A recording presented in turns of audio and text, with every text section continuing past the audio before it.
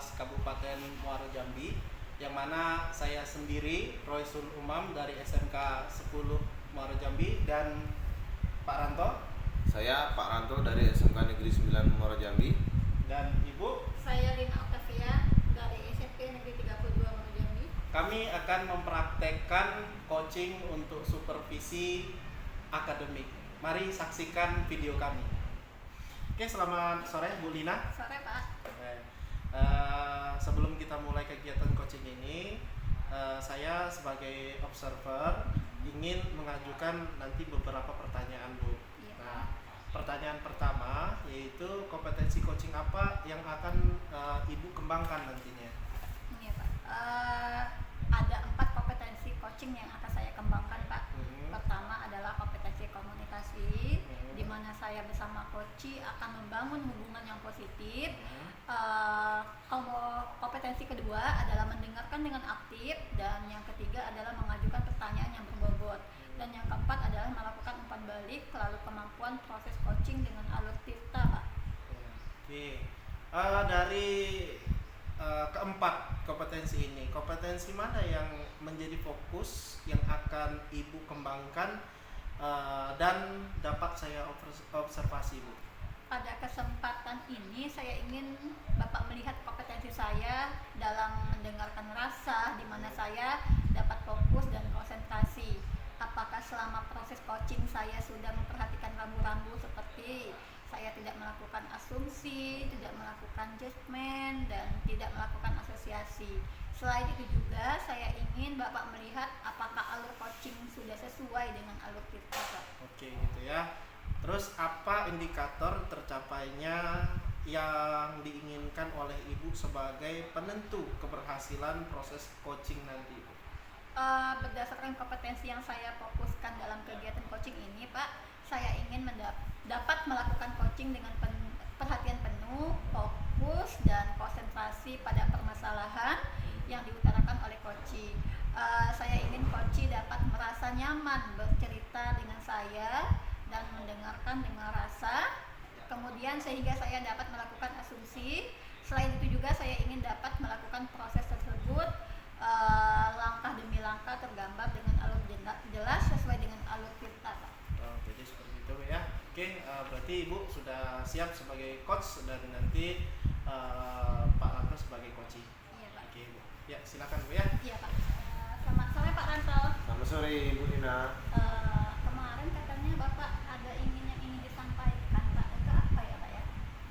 Itulah Bu. Jadi saya ini sedang bingung Bu ya.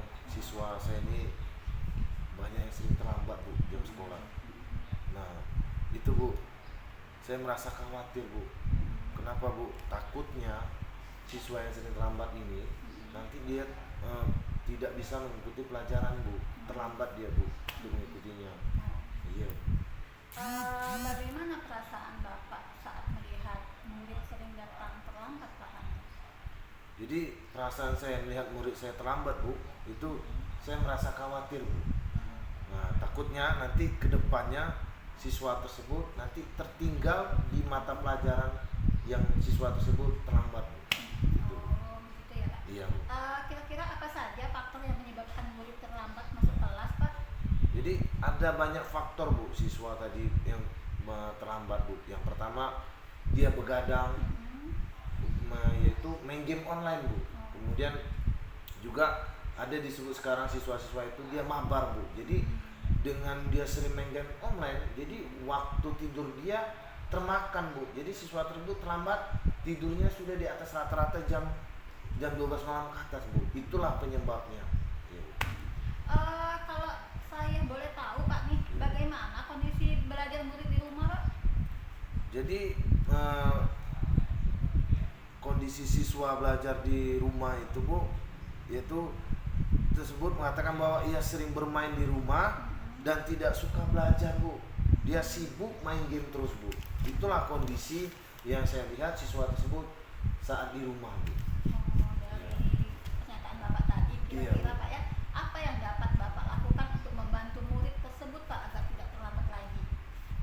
Jadi rencana saya Bu, saya punya niat nanti agar agar siswa tersebut tidak terlambat, saya akan merencanakan pemanggilan atau ngobrol sama orang tuanya Bu, dengan minggu-minggu ini saya akan laksanakan. Terus ini Pak ya, lagi masih ada pertanyaan nih Pak ya. Bagaimana cara Bapak untuk berkoordinasi dengan orang tua murid Pak?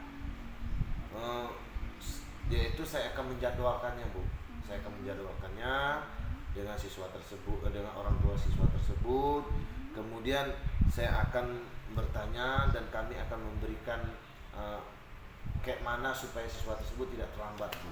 Memberikan kalimat atau memberikan wejangan kepada anak siswa tersebut. Selanjutnya Pak ya, Iya, Bu. apa rencana Bapak ke depannya untuk membantu murid Pak? Saya akan berbicara empat mata kepada siswa tersebut, di mana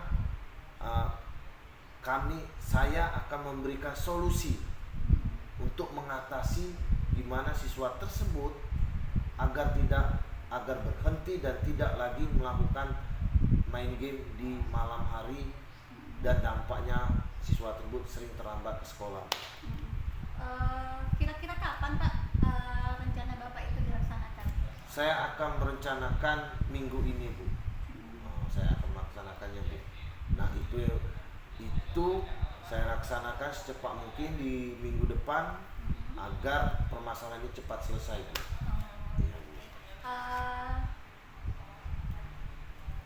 Terima kasih Pak. Iya, Bu.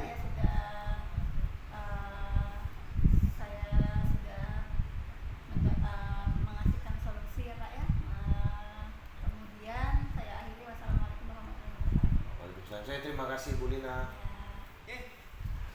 Bu, kita sudah berada di sesi akhir dari rangkaian kegiatan ini.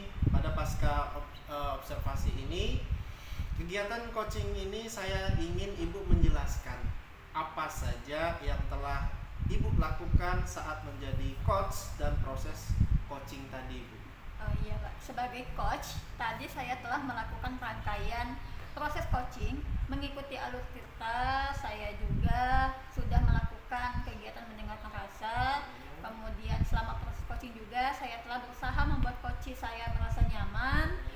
Saya tidak melakukan asumsi dan asosiasi terhadap coach. Saya juga berkonsentrasi penuh mendengarkan permasalahan yang disampaikan oleh coach Pak. Oh gitu Bu ya. Dari hasil pengamatan saya selama proses coaching tadi, saya melihat Ibu telah melaksanakan proses sesuai dengan alur tirta Bu. Ya, sudah tampak langkah menentukan tujuan, mengidentifikasi masalah, juga sudah ada pertanyaan tentang rencana aksi yang akan diambil oleh coach ya. Coach. Dan yang terakhir, Ibu juga sudah menanyakan tanggung jawab coach. Ibu juga sudah terlihat fokus dan konsentrasi.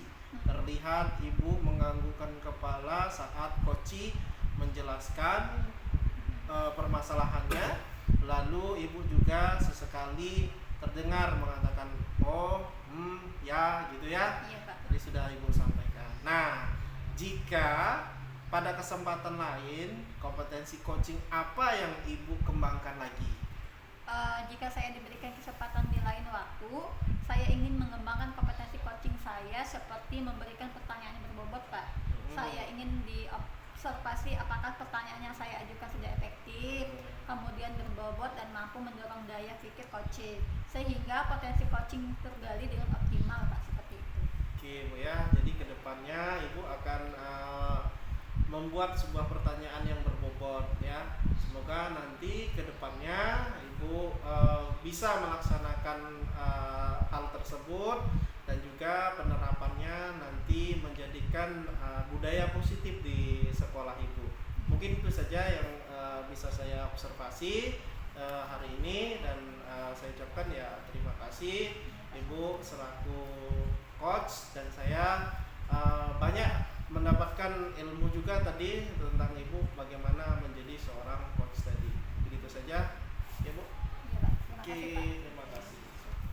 Terima kasih Bapak Ibu, kami dari CGP Angkatan 11 barusan kami telah melaksanakan praktik coaching, di mana kami telah masing-masing telah menjadi observer, terus kemudian kemudian kami menjadi coaching, ada yang menjadi coaching.